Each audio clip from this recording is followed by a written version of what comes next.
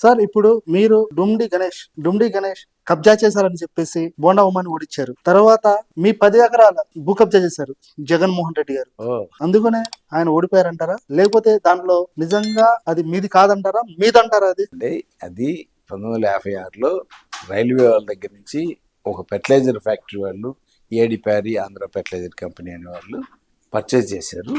Purchase చేసిన తర్వాత పెద్ద ఫ్యాక్టరీ పెట్టారు. పెద్ద ఫ్యాక్టరీ పెట్టారు. దాదాపు 35 సంవత్సరాలు రన్ అయిన తర్వాత ఆ కంపెనీ మూతపడింది. మూతపడి బిఏఎఫ్ఆర్కి వెళ్ళింది. బిఏఎఫ్ఆర్లో ఆక్షన్లో మేము 1986లో 86లో పాడాము. 94లో వాళ్ళు వచ్చేసేసి రిజిస్ట్రేషన్ చేశారు. ఆ తర్వాత ఏమైందనేది మరి అదే హెలిపైడ్ పెట్టారని, అలానే మా పిల్లలు చూసుకుంటున్నారు అదంతా కూడా. మా పిల్లలు ఏదో నోటీస్ ఇచ్చారని, ఆ నోటీస్ ఇచ్చినంత మాత్రాన నోటీస్ తీసుకొని మాకే వ్యతిరేకంగా చేస్తారా అని చెప్పేసి వైసీపీ వాళ్ళు దాన్ని 22A కింద పెట్టేసేసి గవర్నమెంట్ ల్యాండ్ అని చెప్పేసి ఓకే. ఆ డేట్ నుంచి మా పేర్లు మా వాళ్ళ పేర్లు తీసేసి గవర్నమెంట్ ల్యాండ్ కింద పెట్టి వాడుకున్నారు. దానివల్ల ఓడిపోయారని చెప్పలేదు నేను జగన్మోహన్ రెడ్డి గారు. నాదేదో కబ్జా చేసినంత మాత్రాన నాదే ఎంత పిల్లలు చూసుకుంటున్నారు. అట్లానే ఇప్పుడు చంద్రబాబు నాయుడు గారు దయవల్ల 22A లో చంద్రబాబు నాయుడు గారు కూడా ఒక బహిరంగ సభలో, కర్నూలు బహిరంగ సభలో కూడా ఇలా 10 ఎకరాలు కబ్జా చేశాడు. అవునండి, ఏరోపోర్ట్ నెక్స్ట్ వచ్చేసి మొన్న అసెంబ్లీలో కూడా ప్రస్తావించారు. మీరు ఇది చంద్రబాబు నాయుడు దృష్టికి తీసుకెళ్లాడా, లేకపోతే ఆయనే కావాలని చెప్పారా? లేదండి, ఆయన చేయటం కాదు. మా పిల్లలు చూసుకుంటున్నారు కాబట్టి మా పిల్లలు వెళ్ళి ఆయన కలిసి ఉంటారు. రికార్డ్ అంతా కూడా ఆయన చూపించుంటారు. లేదా అంత క్లియర్గా మరి నేను కూడా చూశాను అసెంబ్లీలో మాట్లాడింది, ఇలా కర్నూలు మీటింగ్లో మాట్లాడినప్పుడు చాలా హ్యాపీగా ఫీల్ అయ్యాయి. ఎందుకంటే నా పిల్లల భూమి నా పిల్లలకి వస్తుంది అనే ఉద్దేశంతో. అంతే తప్ప నేను దాన్ని పోవటం వల్ల జగన్మోహన్ రెడ్డి అదేదో కబ్జా చేయటం, నాది కబ్జా చేశాడు కాబట్టి ఉమాని ఓడించాను, ఉమా ఓడిపోయాడు గణపతి స్వామిని, అట్లానే నాది కబ్జా చేశాడు కాబట్టి జగన్ ఓడిపోయాడు అని చెప్పి అనుకోవటం కదండి. జగన్ ఓడిపోవడానికి 1,00,000 కారణాలు ఉన్నాయి ఈ రాష్ట్రంలో 5 సంవత్సరాల పరిపాలనలో. చాలా చాలా కారణాలు ఉన్నాయి కాబట్టి ఆయన ఓడిపోయాడు తప్ప అదేదో ఎల్ఫైడ్ సంబంధించింది ఆ సైట్ గురించి ఓడిపోయాడు అని చెప్పి చెప్పుకోవడం కరెక్ట్ కాదు. ఓకే. మీరు అంతకుముందు 2014, 19 కానివ్వండి, 19కి మీరు వైఎస్ఆర్సీపీకి సపోర్ట్ చేశారు. నేను వైఎస్ఆర్సీపీకి చేయలేదండి.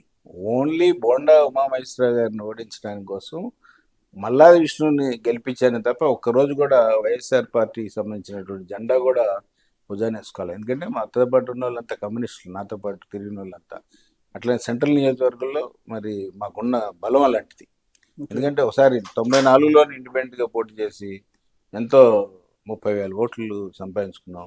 మరి 4 పార్టీలు 5 పార్టీలు కలిపినా కానీ ఆ ఓట్లు రాలేదు. కాబట్టి మేము కేవలం బోండా ఉమాని ఓడించడానికి మల్లాది విష్ణుని గెలిపించాను తప్ప ఎక్కడ కూడా జిల్లాలో నేను ఎక్కడా తిరగలేదు.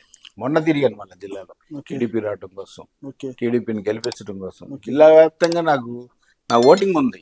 ఎందుకంటే పేదవాళ్ళకి ఎవరు వచ్చినా సరే ఏ పార్టీ ఏంటి ఏ ఊరు అనేది ఏం చూడను.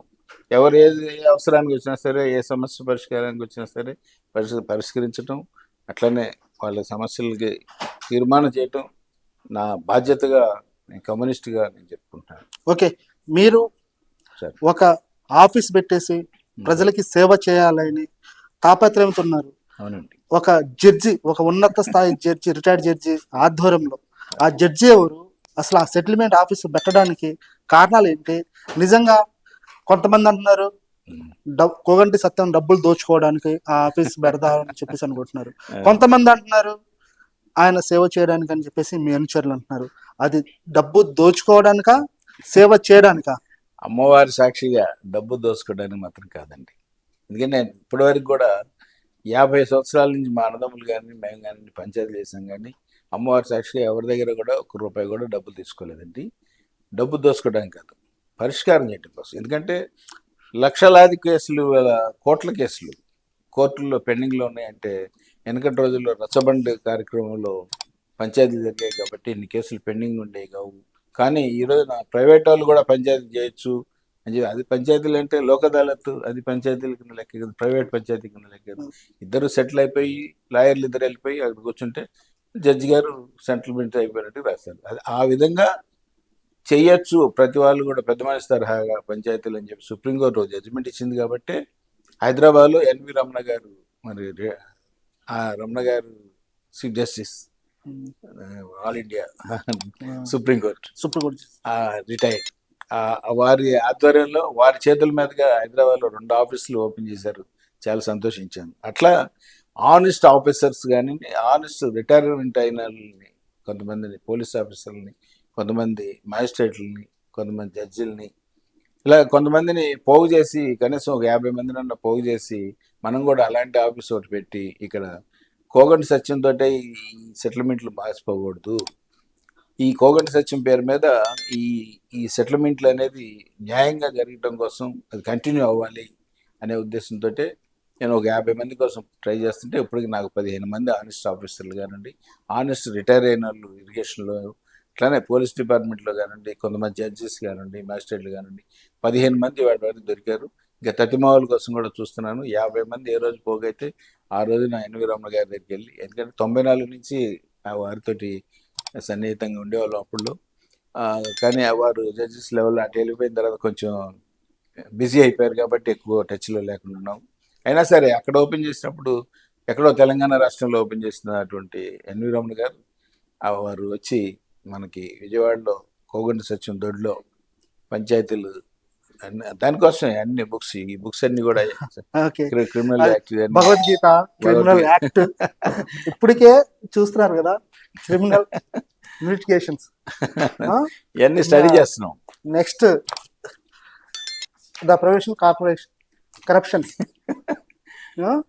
నెక్స్ట్ వచ్చేసి మర్డర్ ట్రైల్, మర్డర్ చేస్తే ఎలా తప్పించుకోవచ్చు, మర్డర్ చేసిన తర్వాత ఎలా తప్పించుకోవచ్చు, లేకపోతే ఎలా ఇరికించవచ్చు అనే కాన్సెప్ట్ మీద ఇలాంటి బుక్స్ మొత్తం మీ దగ్గరే కనిపిస్తున్నాయి సార్. అంటే ఇంకా చాలా ఉన్నాయండి, రూమ్ నిండా ఉన్నాయి. అన్ని బుక్స్ అన్ని కూడా రెడీ చేసుకుంటున్నాను. అన్ని రెడీ చేసి 50 మంది కోసం పోగు చేస్తున్నా. 15 మంది మాత్రం దొరికారు ఇప్పుడు. ఇంకా కొంతమంది లాయర్స్ లో కూడా కొంతమంది తీసుకోవడం కోసం ప్రయత్నిస్తున్నానండి. Lawyers state bar council elections జరుగుతుంది కాబట్టి కొంచెం బిజీగా ఉన్నారు. లేదా అందులో నుంచి కూడా ఒక 10 మందిని తీసుకుంటే మనకి కొన్ని కేసులు పెండింగ్ ఉంటాయి హైకోర్టులో, సుప్రీంకోర్టులో, అలాగే జిల్లా కోర్టులో, మ్యాజిస్ట్రేట్ కోర్టులో. వాళ్ళని కూడా ఇట్లాంటి పంచాయతీలు సచిన్ గారి దగ్గర అయిపోతున్నాయి, సెటిల్ అయిపోతున్నాయి అని అనుకుంటే అక్కడి నుంచి విత్డ్రా చేసుకొని వచ్చి, లేదనుకుంటే విత్డ్రా అవ్వకుండా వచ్చి ఇక్కడ పరిష్కారం చేసుకొని వెళ్ళి విత్డ్రా చేసుకునే అవకాశం నాకు అమ్మవారు వెంకటేశ్వర స్వామి వారు, అల్లా, యేసు ప్రభు నాకు అవకాశం ఇస్తారని చెప్పేసి, ఇవ్వాలని చెప్పేసి కోరుకుంటున్నారండి. ఇప్పుడు ఆ ఆఫీస్ ఎప్పుడు మొదలు పెడతారంటారు? ప్రజలు మీకోసం ఆతృతతో ఎదురు చూస్తారు కదా, ఇంటర్వ్యూ చూసిన తర్వాత ప్రతి ఒక్కరు మీకు కాల్ చేస్తారు దాదాపు. ఎప్పుడు స్టార్ట్ చేస్తారంటారు? 50 మంది పోగవాలండి. నాకు సంవత్సరం మట్టి ఎదిగితే 15 మంది ఆనెస్ట్ ఆఫీసర్లు దొరికారు. ఆనెస్ట్ వాళ్ళు వీళ్ళందరూ కూడా దొరికితే ఆ భగవంతుడు చల్లగా చూస్తే నెక్స్ట్ ఇయర్ ఓపెన్ చేయడం కోసం గట్టిగా ప్రయత్నిస్తానని చెప్పి తెలియజేసుకుంటాను. దానికి ఇప్పటికే ఇన్ఫ్రాస్ట్రక్చర్ స్టార్ట్ చేశారా? నాకు ఎంతండి, ఒక రోజు చాలండి నాకు. దానికి ఇలాగ దొడ్డు ఉంది, ఆఫీసులు ఉన్నాయి, అట్లనే 50-60 మంది కూర్చోడానికి అక్కడ ఆఫీస్ ఉంది. ఆఫీస్ సచిన్ గారి దొడ్డు అంటే అదొక బ్రాండే కాబట్టి అదంతా ఉంది, అంతా రెడీగా ఉందండి. కానీ ఈ మనుషులే ఆనెస్ట్ ఉండాలి. ఎందుకంటే బయటకు వెళ్ళిన తర్వాత సెటిల్మెంట్ అయిపోయినాక బయట డబ్బులు తీసుకొని అలాంటి చెడ్డ పేరు రాకూడదనే ఉద్దేశంతో ఆనెస్ట్ ఆఫీసర్ల కోసం ఎదుగుతున్నాను. ఇంకెవరైనా ఉన్నా కానీ నాకు ఈ మీడియా ద్వారా ఎవరైనా ఎన్నోళ్ళు ఎవరైనా సరే ఆనెస్ట్ ఆఫీసర్లు ఎవరంటే ముందుకు వస్తే మిమ్మల్ని కూడా చేర్చుకుంటానని చెప్పేసి. ఆనెస్ట్ ఆఫీసర్స్ కాకుండా ఆనెస్ట్ పర్సన్స్ ఆఫీసర్స్ కాకుండా ఆయనకి ఒక చదువుకున్న వ్యక్తి ఉంటే చాలు అంటారా? చదువుకున్న వ్యక్తి, చదువు లేని వాళ్ళు లేని పర్వాలేదండి, అనుభవం ఉన్న వ్యక్తి ఉంటే చాలు, ఆనెస్ట్ ఉంటే చాలు అండి. ఓకే, వాళ్ళకి ఫుడ్ గిట్టు మొత్తం మీరు చూసుకుంటారు? మొత్తం మనం చూసుకుంటాం. ఏముందండి, ఇప్పుడు కూడా మధ్యాహ్నం ఎవరికి వచ్చినా ఎంతమంది వచ్చినా భోజనం పెట్టిస్తా. పొద్దున్న సాయంత్రం దాకా వచ్చే వాళ్ళందరికీ కూడా టీ కాఫీ ఇస్తాం. అందులో పోయేది ఉంది. నేను చాలా పేదరికం నుంచి వచ్చాను, ఇవాళ హ్యాపీగా ఉన్నాను. నేను నా పిల్లలకి అప్పచెప్పేశాను, అన్ని కూడా వాళ్ళు చూసుకుంటున్నారు. నేను చక్కగా పేదరికం మీద ఆ పేదవాళ్ళకి సహాయ సహకారాలు అందించుకుంటూ కొన్ని ట్రస్టులకి నెల బియ్యం పంపిస్తూ అలానే వచ్చిన వాళ్ళకల్లా ఏదో సహాయ సహకారాలు అందించుకుంటూ ఉంటున్నాను. కాబట్టి అమ్మవారి దయ వల్ల నేను ఇలా చల్లగొన్నానని చెప్పేసి తెలియజేసుకుంటాను. ఓకే సార్, థ్యాంక్ యూ, నమస్కారం. ఇదండి కోగంటి సత్యం గారు అంటున్నారు, నేను ఆయన చేసే పనుల కోసమే వసంత కృష్ణ ప్రసాద్ని ఓడిస్తాననే సవాల్ చేస్తున్నాను. అలాగే జగన్మోహన్ రెడ్డి గారు నా 10 ఎకరాలు ల్యాండ్ కబ్జా చేసింది నిజం. అదే విధంగా కర్నూలులో సభలో సీఎం చంద్రబాబు నాయుడు గారు మాట్లాడింది కానివ్వండి, లేకపోతే శాసనసభలో మంత్రులు మాట్లాడింది వాస్తవం. నాకు అన్యాయం జరిగింది, మా పిల్లలకి అన్యాయం జరిగింది, అలాగే మేము కోర్టులో కూడా ఫైట్ చేస్తున్నాము. అలాగే మేము రాబోయే రోజుల్లో జస్టిస్ ఎన్వి రమణ గారి సారథ్యంలో ఇక్కడ ఒక సెటిల్మెంట్ పేదలకి న్యాయం చేయడం కోసం ఒక సెటిల్మెంట్ ఆఫీస్ కూడా ఏర్పాటు చేస్తాం అనేది కూడా ఆయన మాటల్లో తెలుసుకున్నాం. Thank you sir. Thank you అండి.